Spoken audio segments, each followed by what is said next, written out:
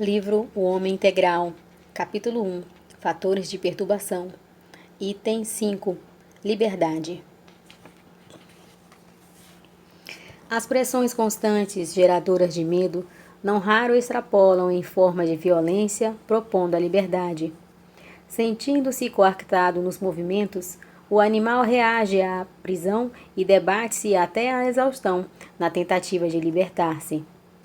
Da mesma forma, o homem, sofrendo limites, aspira pela amplidão de horizontes e luta pela sua independência. É perfeitamente normal o empenho do cidadão em favor da sua libertação total, passo esse valioso na conquista de si mesmo. Todavia, pouco esclarecido e vitimado pelas compressões que o alucinam, utiliza-se dos instrumentos da rebeldia, desencadeando lutas e violência para lograr o que aspira como condição fundamental de felicidade. A violência, porém, jamais oferece a liberdade real.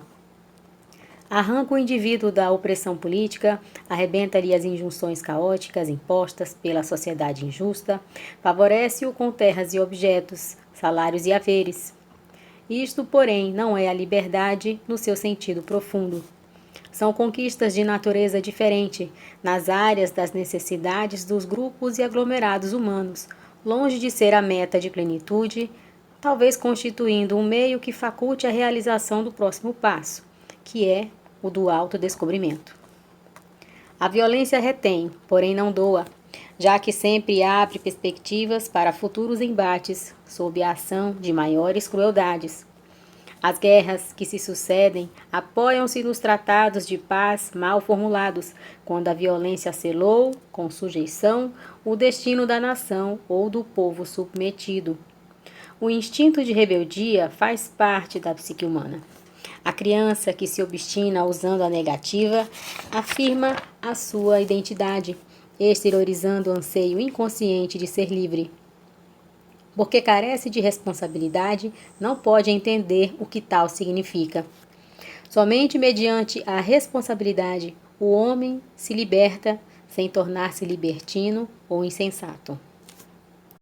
A sociedade, que fala em nome das pessoas de sucesso, estabelece que a liberdade é o direito de fazer o que a cada qual apraz, sem dar-se conta de que essa liberação da vontade termina por interditar o direito dos outros, fomentando as lutas individuais dos que se sentem impedidos, espocando nas violências de grupos e classes cujos direitos se encontram dilapidados. Se cada indivíduo agir conforme achar melhor, considerando-se liberado, essa atitude trabalha em favor da anarquia, responsável por desmandos sem limites. Em nome da liberdade, atuam desonestamente os vendedores das paixões ignóbeis que espalham o bafio criminoso das mercadorias do prazer e da loucura. A denominada liberação sexual, sem a correspondente maturidade emocional e dignidade espiritual, rebaixou as fontes genésicas a paú venenoso, no qual as expressões aberrantes assumem cidadania, inspirando os comportamentos alienados e favorecendo a contaminação das enfermidades degenerativas e destruidoras da existência corporal.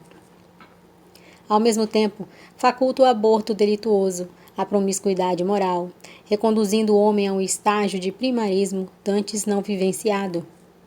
A liberdade de expressão aos emocionalmente desajustados tem permitido que a morbidez e o choque se revelem com mais naturalidade do que a cultura e a educação, por enxamearem mais os aventureiros, com as exceções compreensíveis, do que os indivíduos conscientes e responsáveis.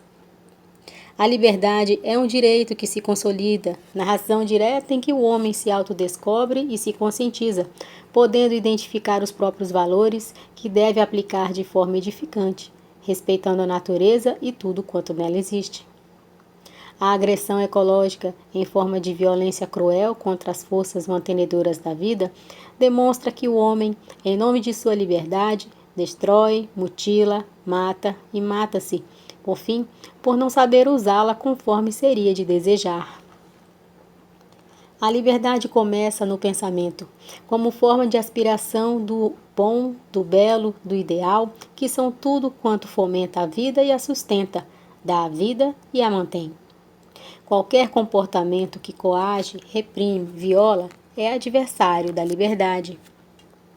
Examinando o magno problema da liberdade, Jesus sintetizou os meios de consegui-la na busca da verdade, única opção para tornar o homem realmente livre.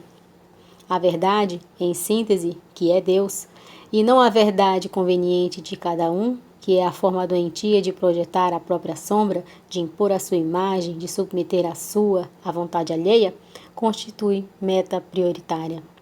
Deus, porém, está dentro de todos nós, e é necessário emergir na sua busca, de modo que o exteriorizemos, sobranceiro e tranquilizador. As conquistas externas atulham as casas e os cofres de coisas, sem torná-los lares nem recipientes de luz, destituídos de significado, quando nos momentos magnos das grandes dores, dos fortes dissabores, da morte que chegam a todos. A liberdade que se encerra no túmulo é utópica, mentirosa. Livre é o espírito que se domina e se conquista, movimentando-se com sabedoria por toda a parte, idealista e amoroso, superando as injunções pressionadoras e amesquinhantes. Gandhi fez o protótipo da liberdade, mesmo quando nas várias vezes em que esteve encarcerado, informando que não tinha mensagem a dar. A minha mensagem é a minha vida. Antes dele, Sócrates permaneceu em liberdade, embora na prisão e na morte que lhe adveio depois. E Cristo, cuja mensagem é o amor que liberta, prossegue ensinando a eficiente maneira de conquistar a liberdade. Nenhuma pressão de fora pode levar à falta de liberdade quando se conseguir ser lúcido e responsável interiormente, portanto livre. Não se justifica, deste modo, o medo da liberdade como efeito dos fatores extrínsecos que as situações políticas, sociais e econômicas estabelecem como forma espúria de fazer que sobrevivam as suas instituições, subjugando aqueles que vencem. O homem que as edifica dá-se conta um dia que, dominando povos, grupos, classes ou pessoas, também não é livre. Escravo, ele próprio, daqueles que submete aos seus caprichos, mas lhe roubam a opção de viver em liberdade. Não há liberdade quando se mente, engana, impõe e atraiçoa. A liberdade é uma atitude perante a vida. Assim, portanto, só há liberdade quando se ama conscientemente.